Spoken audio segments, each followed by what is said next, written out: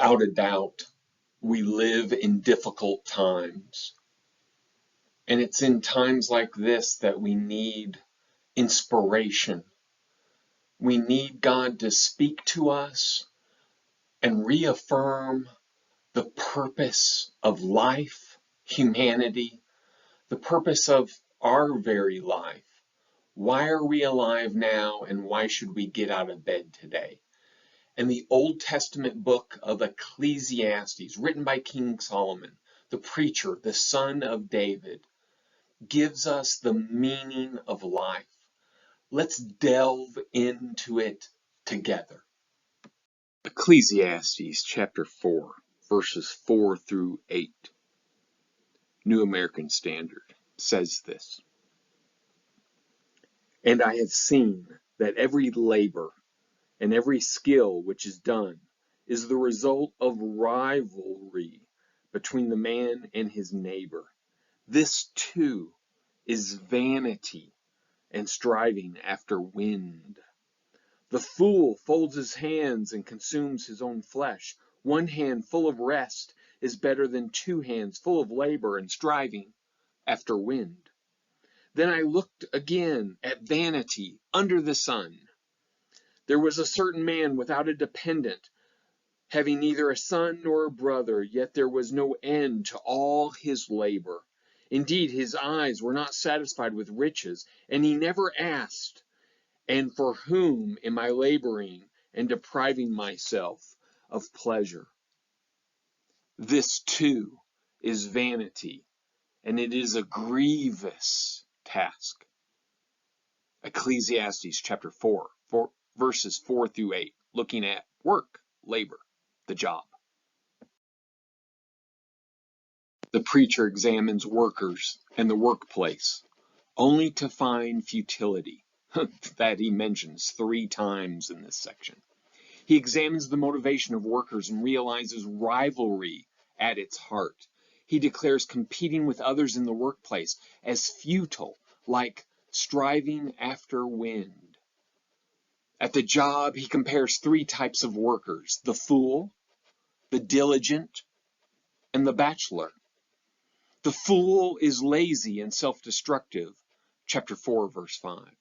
The diligent, or to use our word for it today, the workaholic, would be better off with balance, moderation, and a little rest, because otherwise the worker's efforts are futile, like striving after wind, chapter 4, verse 6.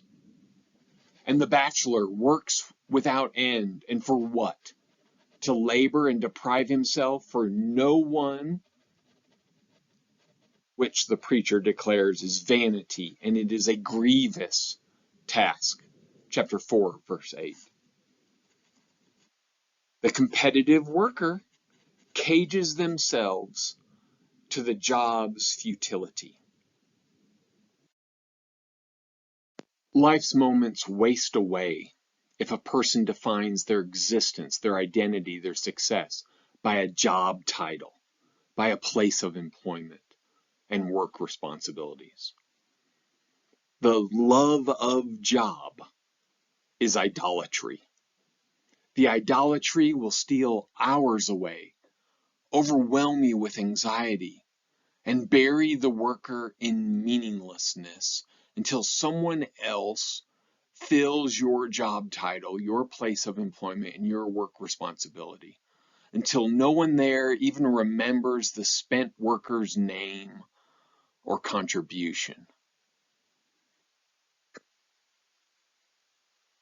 Ecclesiastes 4 tells us not to live to work, but work to live, and work to serve. Big lesson for us. We feel it, don't we?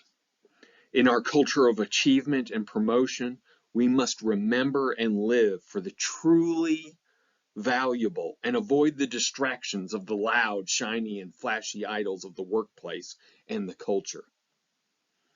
Instead, we must seek and live for the eternally divine. We must remember Jesus' words at the end of Matthew chapter 6. right? His words at the end of Matthew chapter 6. But seek first his kingdom and his righteousness, and all these things shall be added unto you. Therefore, don't be anxious for tomorrow will care for itself. Each day has enough trouble of its own. End quote. There's a lot there, right? Jesus' words in Matthew chapter 6 contain no futility, but only powerful purpose and distinct direction. Instead of living for work, titles, and offices, companies, and the 9-to-5 clutter, Jesus commands us to live for him, the eternal rewards of heaven, Jesus' righteousness, and our justification. So what is your life's focus? Why do you labor and toil and work? What is your God? Let our lives not be about labor, but be about Jesus' kingdom and righteousness, now and always. Amen? This topic is incredibly important, and we need time to think about the purpose of our individual lives. Why do I exist? And how can I make the most of the time that God has given me? If you're interested in delving into Ecclesiastes deeper, then I wrote a book in 2018. It's 50 pages. It's $1.98 on Amazon. It's for a Kindle, an e-reader, and it's called Search for Significance, an examination of Ecclesiastes. And I will put the link to this book on Amazon in the description below as an additional resource for you if you wish.